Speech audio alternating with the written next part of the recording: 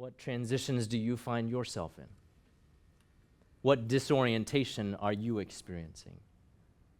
What closed doors are you grieving? What transitions do you find yourself in? What disorientation are you experiencing? What closed doors are you grieving? And what unexpected paths might be being opened? What if the Spirit is saying the way you thought things would go, it's not the way? And I know that's hard.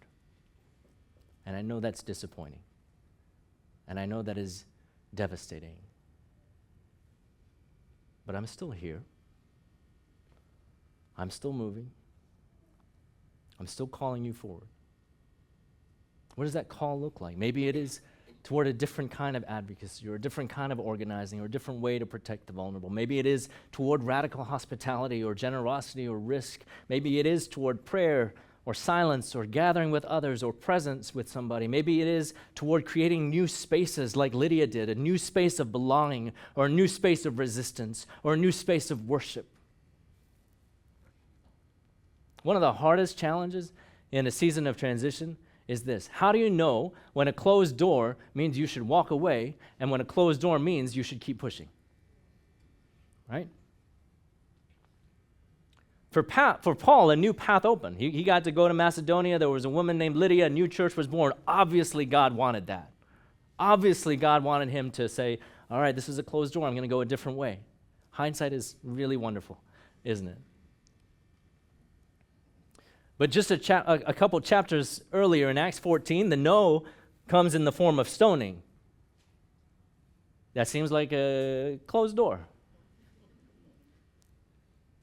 Paul gets back up and walks right back into the city.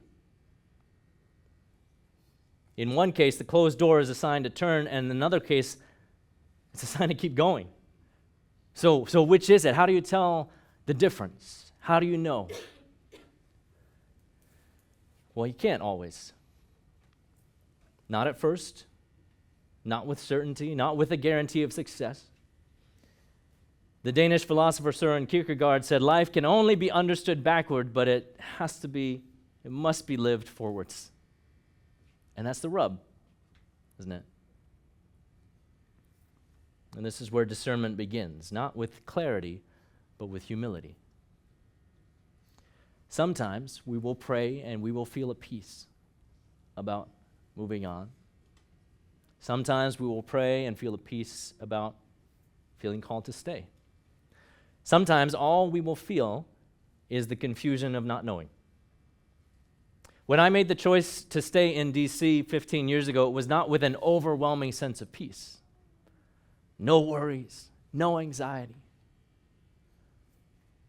But rather it was with this still timid sense that if this is where God wanted me to be, then God would make a way. And God would be with me. That if God had called me to trust, God would not let me down. That if God was with me, I could step into the unknown. I could step into the uncertain. And I still had to be brave in doing it. So how do we discern?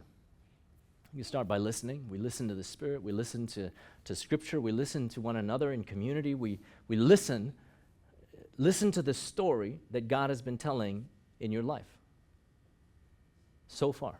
Pay attention to how that story has formed you and is forming you. Because it isn't actually just about decisions.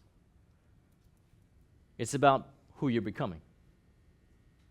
It's about who you're being formed into in the not knowing. Are you becoming more patient? Are you becoming more loving? Are you becoming more connected to God and to others and to yourself and to those in need? Are you becoming more willing to let go of control? Are you becoming more willing to be courageous? Discernment is not about magic answers. It's about trust.